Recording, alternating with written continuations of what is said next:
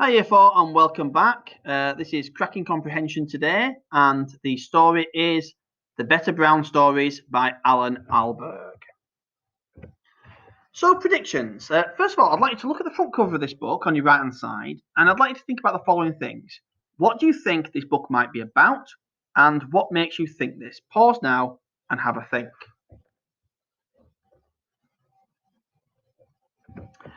Right, so my ideas of this, and bearing in mind I have never read this book before, I've got to be honest with you, the first question, I think it's a bit hard to tell. It certainly involves dogs, as there is a large Trojan horse-like dog where the child is climbing in. There are also dogs in cage boxes, so I assume that the boy is trying to escape from dog catchers of some sort of description. The stories indicates that this might be a collection of short stories rather than a single story.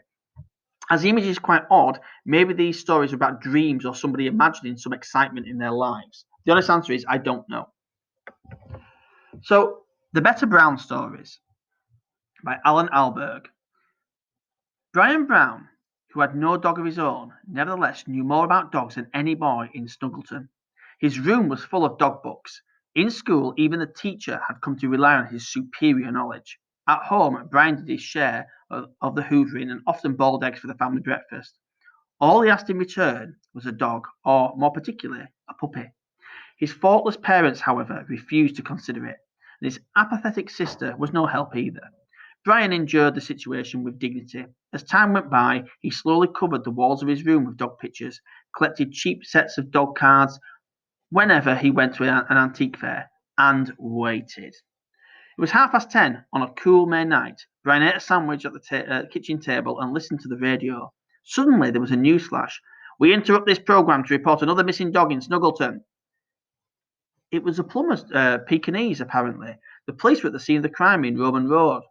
Owners were again advised to check the whereabouts of their dogs and warned, "Stay indoors." Brian wandered over to the window. His cool yet curiously reckless mind was considering this business of the missing dogs. He drew the curtain aside. Fog drifted in from the sea, pressed up against the glass and smothered the view. The street lamp was barely visible. Brian listened. Faint rumblings from the fridge, gurgling water in the radiator. Outside, a distant throbbing. He switched off the light. So, if you have a look at this bit here, it says, his apathetic sister was no help either. So, look at the text. What do you think the word apathetic, or what do you think this phrase, his apathetic sister was no help either, what do you think it actually means? Pause now and think about your answer.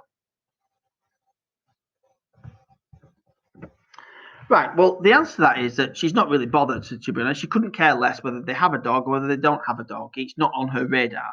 He wants a dog, but his parents won't allow it, so he turns to his sister for support, but he doesn't get any support because she's simply not interested. So your task today is to work through the comprehension-based questions. Again, please take note of the number of marks in the box. I think they're all 1-mark questions on this, apart from the final question.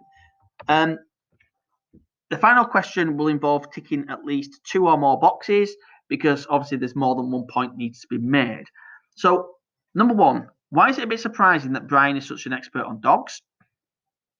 Number 2, write a question that Brian's teacher might ask him when she's relying on his superior knowledge. Number 3, join each character to words the writer uses to describe them. So that's Brian, apathetic, his parents, enduring, his sister, thoughtless. Brian endured the situation. Which word or phrase is the closest to meaning endured in this sentence? So tick 1. Continued, enjoyed, put up with, or endangered.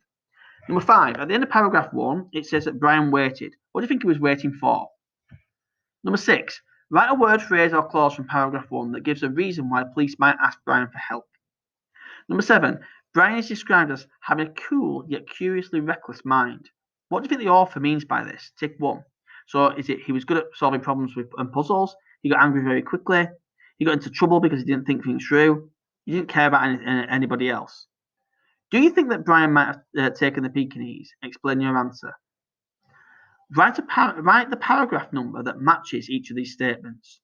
So in those boxes, you're going to write numbers, not ticks. So introduce the problem in the story, begins to explore how the problem might be solved, introduces the characters, and gives hints about who might solve the problem. Good luck, everyone. Bye-bye.